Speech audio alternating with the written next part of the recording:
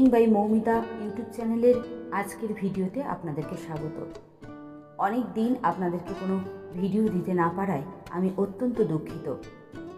তাই রবি ঠাকুরের জন্মদিন উপলক্ষে আজকে আপনাদের জন্য নিয়ে এসেছি রবি ঠাকুরেরই একটি অত্যন্ত সুন্দর ছোট গল্প, ছুটি। তাহলে বন্ধুরা, শুরু করছি আজকের গল্প। বালকদিগের সর্দার ফটিক চক্রবর্তীর মাথায় চট করিয়া একটা নূতন ভবোদয় হইল। নদীর ধারে একটা প্রকাণ্ড শালকাষ্ঠ মাস্তুলে রূপান্তরিত করিবার প্রতীক্ষায় পড়িয়াছিল। স্থির হইল সেটা সকলে মিলিয়া গড়াইয়া লইয়া যাইবে।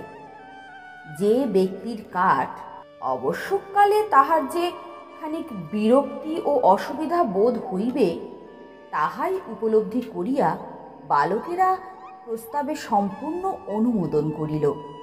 কোমর বাঁধিয়া সকলেই যখন মনোযোগের সহিত কার্যে প্রবৃত্ত হইবার উপক্রম করিতেছে, এমন সময় ফটিকের কনিষ্ঠ মাখনলাল গম্ভীরভাবে সেই গুঁড়ির উপরে গিয়া বসিল।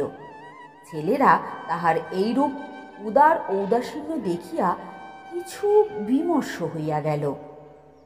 একজন আসিয়া ভয় ভয়ে তাহাকে একটু আধটু ঠেলিল, কিন্তু সে তাহাতে বিন্দুমাত্র বিচলিত হইল না।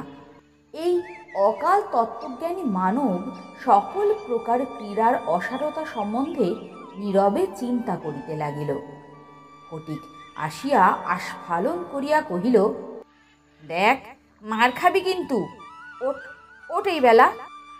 সে তাহাতে আরও একটু নড়িয়া চড়িয়া আসনটি বেশ স্থায়ী রূপে দখল করিয়া লইল।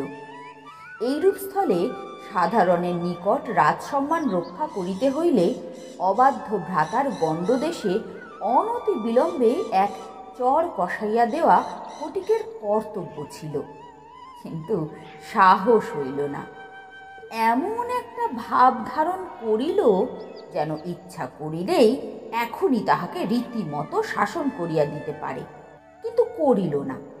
কারণ পূর্বাপেক্ষা তার আরও একটি ভালো খেলা মাথায় উদয় হইয়াছে, তাহাতে আরও একটু বেশি মজা আছে।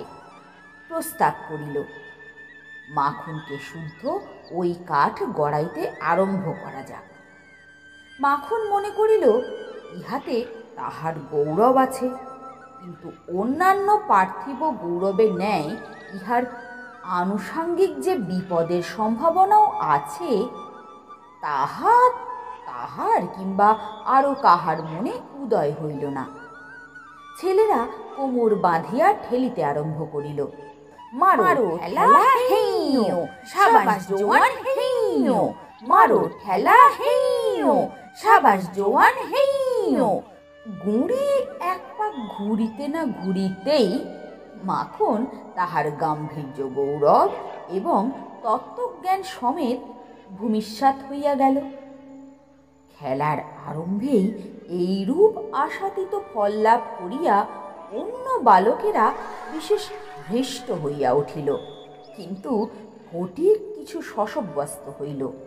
মাখন তৎক্ষণাৎ ভূমিশয্যা ছাড়িয়া ফটিকের উপর গিয়া পড়িল, একেবারে অন্ধের মতো মারিতে লাগিল।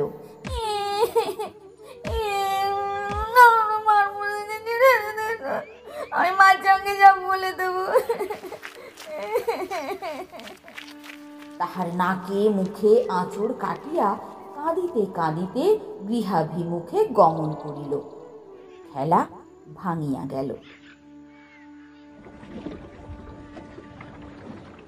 ফটিক গোটাকত কাশ উৎপাটন করিয়া লইয়া একটা অর্ধ নিমগ্ন নৌকার গলুইয়ের উপর বসিয়া চুপচাপ করিয়া কাশের গোড়া চিবাইতে লাগিল।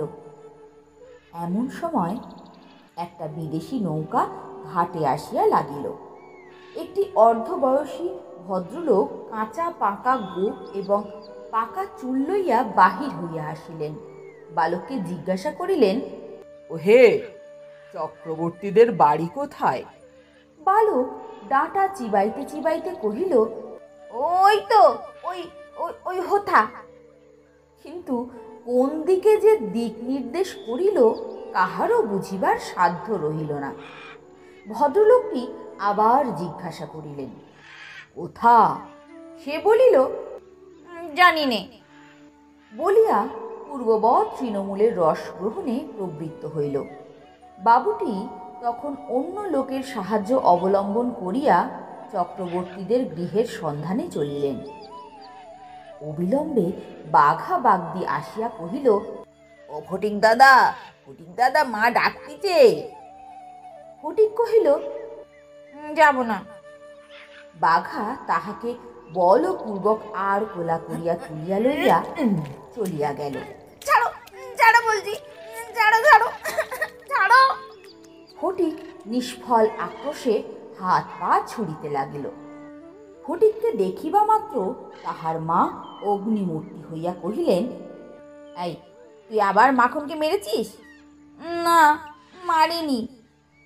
এর মিথ্যে কথা বলছিস? বলছি তো, কখনো মারিনি। মাখনকে জিজ্ঞাসা করো না।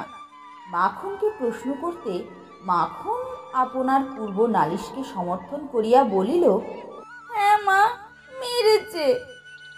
তখন আর ফটিকের সহ্য হইল না। দ্রুত গিয়া মাখনকে এক সশব্দে চর কষাইয়া দিয়া কহিল, ফের ফের মিথ্যা কথা বলছিস। মা মাখনের পক্ষ লইয়া ফটিককে সবেগে নাড়া দিয়া তাহার পৃষ্ঠে দুই তিনটা প্রবল চপেটাঘাত করিল। ফটিক মাকে ঠেলিয়া দিল। মা চিৎকার করিয়া কহিল,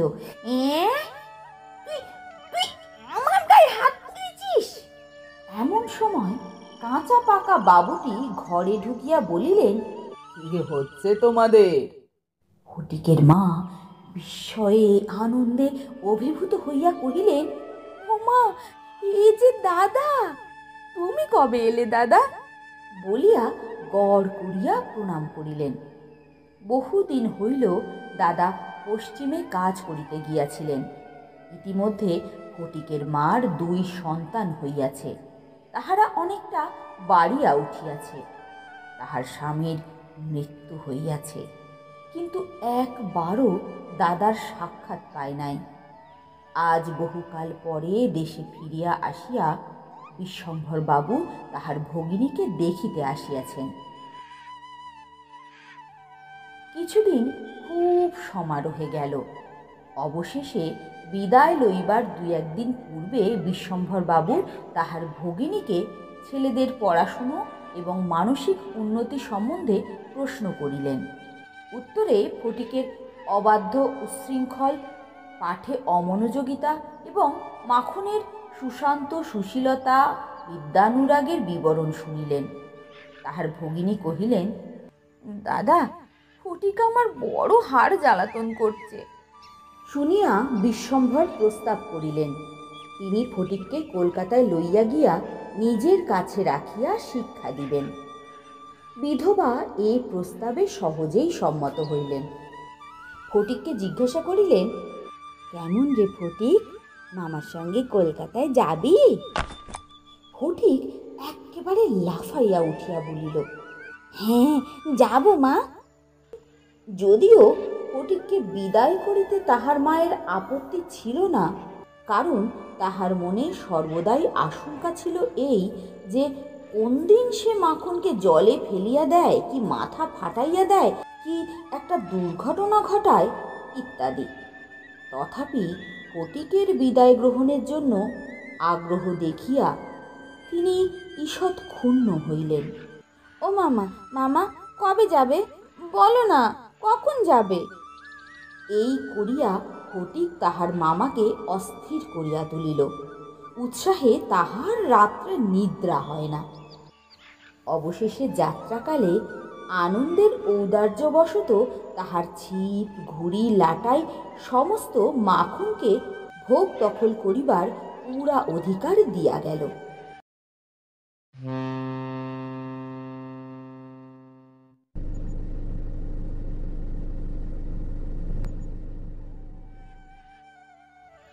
কলিকাতায় মামার বাড়ি পৌঁছিয়া প্রথমত মামির সঙ্গে আলাপ হইল।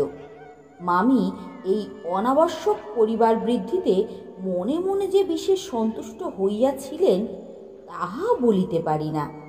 তাহার নিজের 3টি ছেলে লইয়া তিনি নিজের নিয়মে ঘর কন্যা পাতিয়া বসিয়া আছেন। ইহার মধ্যে সহসা একটি 13 বৎসরের অপরিচিত অশিক্ষিত পাড়াগাঁয়ের ছেলে ছাড়িয়া দিলে কিরূপ একটা বিপ্লবের সম্ভাবনা উপস্থিত হয়। বিশ্বম্ভরের এত বয়স হইল, তবু কিছুমাত্র যদি কাণ্ডজ্ঞান থাকে। বিশেষত 13-14 বৎসরের ছেলের মতো পৃথিবীতে এমন বালাই আর নাই।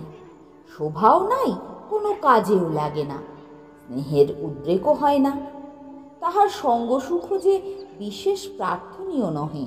তাহার মুখের আধো আধো কথাও ন্যাকামি, পাকা পাকা কথাও জ্যাঠামি, আর কথা মাত্রই প্রগল্ভতা। হঠাৎ কাপড় চোপড়ের পরিমাণ রক্ষা না করিয়া বেমানান রূপে বাড়িয়া ওঠে। লোকে এটা তাহার একটা কুশ্রী স্পর্ধা স্বরূপ জ্ঞান করে। তাহার শৈশবের লালিত্য, কণ্ঠস্বরের মিষ্টতা সহসা চলিয়া যায়। লোকে সেই জন্য তাহাকে মনে মনে অপরাধ না দিয়া থাকিতে পারে না। শৈশব এবং যৌবনের অনেক দোষ মাফ করা যায়, কিন্তু এই সময়ের কোনো স্বাভাবিক অনিবার্য ত্রুটিও যেন অসহ্য বোধ হয়। সেও সর্বদা মনে মনে বুঝিতে পারে পৃথিবীর কোথাও সে খাপ খাইতেছে না। এই জন্য আপনার অস্তিত্ব সম্বন্ধে সর্বদা লজ্জিত ও ক্ষমা প্রার্থী হইয়া থাকে। অথচ এই বয়সে স্নেহের জন্য কিঞ্চিত অতিরিক্ত কাতরতা মনে জন্মায়। এই সময়ে যদি সে কোনো সহৃদয় ব্যক্তির নিকট হইতে স্নেহ কিংবা সখ্য লাভ করিতে পারে, তবে তাহার নিকট আত্মবিকৃত হইয়া থাকে। কিন্তু তাহাকে স্নেহ করিতে কেহ সাহস করে না, কারণ সেটা সাধারণে প্রশ্রয় বলিয়াই মনে করে। সুতরাং তাহার চেহারা এবং ভাবখানা অনেকটা প্রভুহীন পথের কুকুরের মতো হইয়া যায়। অতএব এমন অবস্থায় মাতৃভবন ছাড়া আর কোনো অপরিচিত স্থান বালকের পক্ষে নরক। চারিদিকে স্নেহশূন্য বিরাগ তাহাকে পদে পদে কাঁটার মতো বিঁধে। এই বয়সে সাধারণত নারী জাতিকে কোনো এক শ্রেষ্ঠ স্বর্গালোকের দুর্লভ জীব বলিয়া ধারণা হইতে আরম্ভ হয়। অতএব তাহাদের নিকট হইতে উপেক্ষা অত্যন্ত দুঃসহ বোধ হয়। মামির স্নেহহীন চক্ষে সে যে একটা দুর্গ্রহের মতো প্রতিভাত হইতেছে, এইটে ফটিকের মনে সবচাইতে বেশি বাজিত। মামি যদি দৈবাৎ তাহাকে কোনো একটা কাজ করিয়া দিতে বলিতেন, তাহা হইলে সে মনের আনন্দে যতটা আবশ্যক তার চেয়েও বেশি কাজ করিয়া ফেলিত। অবশেষে মামি যখন তাহার উৎসাহ দমন করিয়া বলিতেন, থাক থাক, ঢের হয়েছে, ওতে আর তোমার হাত দিতে হবে না, এখন তুমি যাও, নিজের কাজে মন দাওগে, একটু পরগে যাও, তখন তাহার মানসিক উন্নতির প্রতি মামির এতটা যত্ন বাহুল্য তাহার অত্যন্ত নিষ্ঠুর অবিচার বলিয়া মনে হইত। ঘরের মধ্যে এইরূপ অনাদর ইহার পর আবার হাঁপ ছাড়িবার জায়গাও ছিল না। দেওয়ালের মধ্যে আটকা পড়িয়া কেবলই তাহার গ্রামের কথা মনে পড়িত। প্রকাণ্ড একটা ঢাউস ঘুড়ি লইয়া বো বো শব্দে উড়াইয়া বেড়াইবার সেই মাঠ। তাই রে নাই রে না না, তাই রে নাই রে না না করিয়া উচ্চ স্বরে স্বরচিত রাগিনী আলাপ করিয়া অকর্মণ্যভাবে ঘুরিয়া বেড়াইবার সেই নদী তীর, দিনের মধ্যে যখন তখন ঝাঁপ দিয়া পড়িয়া সাঁতার কাটিবার সেই সংকীর্ণ স্রোতস্বিনী, সেই সব দলবদল, উপদ্রব, স্বাধীনতা এবং সর্বোপরি সেই অত্যাচারিণী অবিচারিণী মা, অহর্নিশ তাহার নিরুপায় চিত্তকে আকর্ষণ করিত। জন্তুর মতো এক প্রকার অবুঝ ভালোবাসা, কেবল একটা কাছে যাইবার অন্ধ ইচ্ছা, কেবল একটা না দেখিয়া অব্যক্ত ব্যাকুলতা গোধূলির সময়ের মাতৃহীন বৎসের মতো কেবল একটা আন্তরিক মা মা ক্রন্দন। সেই লজ্জিত, শঙ্কিত, শীর্ণ, দীর্ঘ, অসুন্দর বালকের অন্তরে কেবলই আলোড়িত হইত। স্কুলে এত বড় নির্বোধ এবং অমনোযোগী বালক আর ছিল না। একটা কথা জিজ্ঞাসা করিলে সে হাঁ করিয়া চাহিয়া থাকিত। মাস্টার যখন মার আরম্ভ করিত তখন ভার ও ক্লান্ত গর্ধবের মতো নীরবে সহ্য করিত। ছেলেদের যখন খেলিবার ছুটি হইত তখন জানালার কাছে দাঁড়াইয়া দূরের বাড়িগুলির ছাদ নিরীক্ষণ করিত। যখন সেই দ্বিপ্রহর রৌদ্রে কোনো একটা ছাদে দুই একটি ছেলে মেয়ে কিছু একটা খেলার ছলে ক্ষণিকের জন্য দেখা দিয়া যাইত, তখন তাহার চিত্ত অধীর হইয়া উঠিত। একদিন অনেক প্রতিজ্ঞা করিয়া অনেক সাহসে মামাকে জিজ্ঞাসা করিয়াছিল, মামা, মার কাছে কবে যাব? মামা বলিয়াছিলেন, স্কুলের ছুটি হোক। কার্তিক মাসে পুজোর ছুটি, সে এখনো ঢের দেরি। একদিন ফটিক তাহার স্কুলের বই হারাইয়া ফেলিল। একে তো সহজে পড়া তৈরি হয় না, তাহার উপর আবার বই হারাইয়া একেবারে নাচার হইয়া পড়িল। মাস্টার প্রতিদিন তাহাকে অত্যন্ত মারধর ও অপমান করিতে লাগিলেন। স্কুলে তাহার এমন অবস্থা হইল যে তাহার মামাতো ভাইরা তাহার সহিত সম্বন্ধ স্বীকার করিতে লজ্জাবোধ করিত। ইহার কোনো অপমানে তাহারা সামান্য বালকের চেয়েও যেন বলপূর্বক বেশি করিয়া আমোদ প্রকাশ করিত। অসহ্য বোধ হওয়াতে একদিন ফটিক তাহার মামির কাছে নিতান্তই অপরাধীর মতো গিয়া কহিল, বই বই হারিয়ে ফেলেছি। মামি অধরের দুই প্রান্তে বিরক্তির রেখা অঙ্কিত করিয়া বলিলেন, বাবা, বেশ করেছ বাছা, বেশ করেছ। আমি তোমাকে তো আর 5 মাসের মধ্যে 5 বার বই কিনে দিতে পারি নে। ফটিক আর কিছু না বলিয়া চলিয়া আসিল।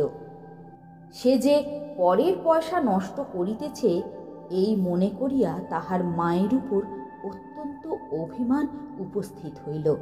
নিজের হীনতা এবং দৈন্য তাহাকে মাটির সহিত মিশাইয়া ফেলিল। স্কুল হইতে ফিরিয়া সেই রাত্রে তাহার মাথা ব্যথা করিতে লাগিল এবং গা শিরশির করিয়া আসিল। বুঝিতে পারিল তাহার জ্বর আসিতেছে। বুঝিতে পারিল ব্যামো বাধাইলে তাহার মামির প্রতি অত্যন্ত অনর্থক উপদ্রব করা হইবে। মামি এই ব্যামোটাকে যে কিরূপ একটা অকারণ অনাবশ্যক জ্বালাতনের স্বরূপ দেখিবে তাহা সে স্পষ্ট উপলব্ধি করিতে লাগিল। রোগের সময় এই অকর্মণ্য অদ্ভুত নির্বোধ বালক পৃথিবীতে নিজের মা ছাড়া আর কাহারও কাছে সেবা পাইতে পারে এইরূপ প্রত্যাশা করিতে তাহার লজ্জা বোধ হইতে লাগিল।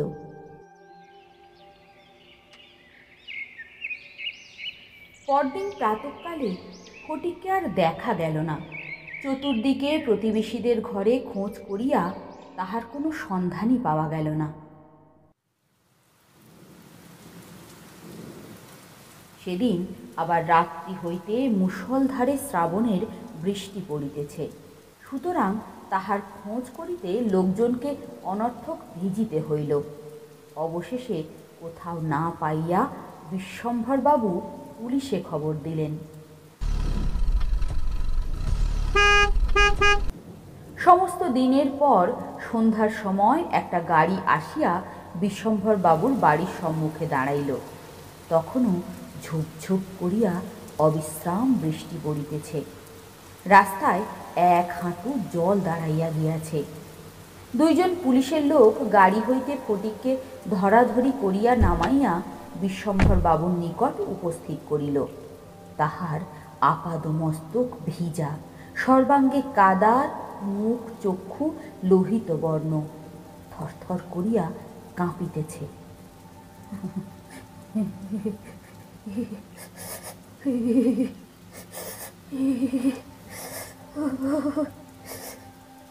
বিশ্বম্ভরবাবু প্রায় কোলে করিয়া তাহাকে অন্তঃপুরে লইয়া গেলেন। মামি তাহাকে দেখিয়াই বলিয়া উঠিলেন, কেন বাপু, পরের ছেলেকে নিয়ে এরকম কর্মভোগ কেন? দাও দাও, ওকে বাড়ি পাঠিয়ে দাও। বাস্তবিকই সমস্ত দিন দুশ্চিন্তায় তাহার ভালোরূপ আহার আদি হয় নাই, এবং নিজের ছেলেদের সহিত অনাবশ্যক অনেক খিটখিট করিয়াছেন।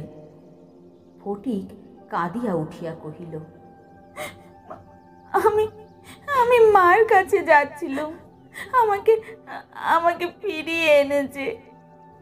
বালকের জ্বর অত্যন্ত বাড়িয়া উঠিল, সমস্ত রাত্রি প্রলাপ বকিতে লাগিল।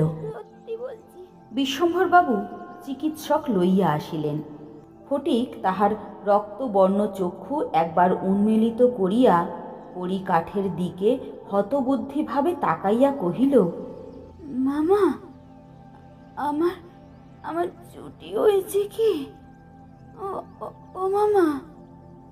বিশ্বম্ভরবাবু রুমালে চোখ মুছিয়া সস্নেহে ফটিকের শীর্ণ তপ্ত হাতখানি হাতের উপর তুলিয়া লইয়া তাহার কাছে আসিয়া বসিলেন।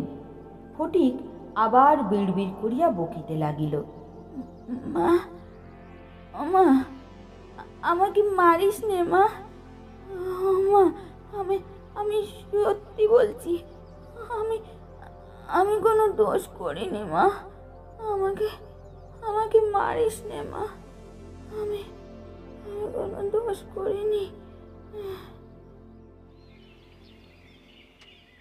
পরদিন দিনের বেলা কিছুক্ষণের জন্য সচেতন হইয়া ফটিক কাহার প্রত্যাশায় ফ্যাল করিয়া ঘরের চারিদিকে চাহিল। নিরাশ হইয়া আবার নীরবে দেয়ালের দিকে মুখ করিয়া পাশ ফিরিয়া শুইল। বিশ্বম্ভরবাবু তাহার মনের ভাব বুঝিয়া তাহার কানের কাছে মুখ নত করিয়া মৃদু স্বরে কহিলেন, ফটিক, ও ফটিক, তোর মাকে যে আনতে পাঠিয়েছি। তাহার পরদিনও কাটিয়া গেল। ডাক্তার চিন্তিত বিমর্ষ মুখে জানাইলেন, অবস্থা বড়ই খারাপ বিশ্বম্ভরবাবু।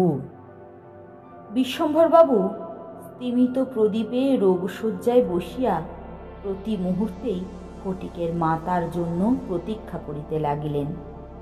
ফটিক খালাসিদের মতো সুর করিয়া বলিতে লাগিল, এক বাও মেলে না, দো বাও মেলে না, এক বাও মেলে না।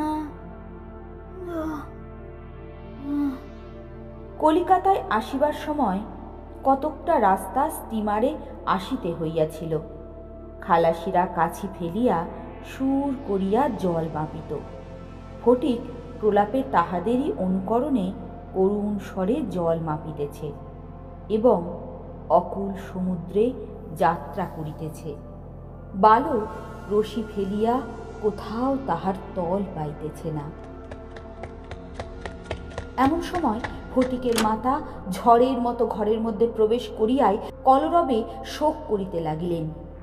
ও ফটিক, ফটিক, বাবা মার, ও ফটিক, ফটিক, বাবা মার, ফটিক। বিশ্বম্ভর বহু কষ্টে তাহার সুখাচ্ছ্বাস নিবৃত্ত করিল।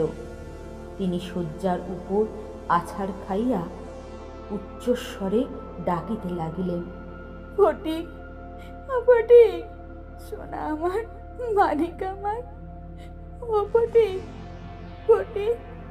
ফটিক যেন অতি সহজেই তাহার উত্তর দিয়া কহিল, মা আবার ডাকিলেন, ওরে ফটিক, বাপধন আমার। ফটিক আস্তে আস্তে পাশ ফিরিয়া কাহাকেও লক্ষ্য না করিয়া মৃদু স্বরে কহিল, মা, মা, এখন এখন আমার ছুটি হয়েছে মা, আমার আজ ছুটি হয়েছে, আমি বাড়ি যাচ্ছি, আমি বাড়ি যাচ্ছি।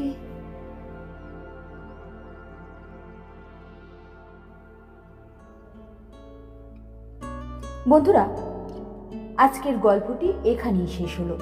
গল্পটি যদি আপনাদের ভালো লাগে অবশ্যই একটি লাইক করে দেবেন, শেয়ার করে বন্ধুদেরকে জানিয়ে দেবেন এই গল্পের খবর। তাছাড়া সাবস্ক্রাইব করতে কিন্তু একদম ভুলবেন না। যারা যারা অলরেডি সাবস্ক্রাইব করে রেখেছেন তাদেরকে অসংখ্য ধন্যবাদ। ও ভালো কথা, সাবস্ক্রাইব করার পর পাশে থাকা বেল বাটনে ক্লিক করতে একদম ভুলবেন না। তার সাথে অল নোটিফিকেশানটাও অন করে দেবেন, তাহলে যখনই আমি নতুন কোনো ভিডিও আপলোড করব তার খবর সবার আগে আপনার কাছে পৌঁছে যাবে। আপনারা তাহলে সবাই ভালো থাকুন, সুস্থ থাকুন।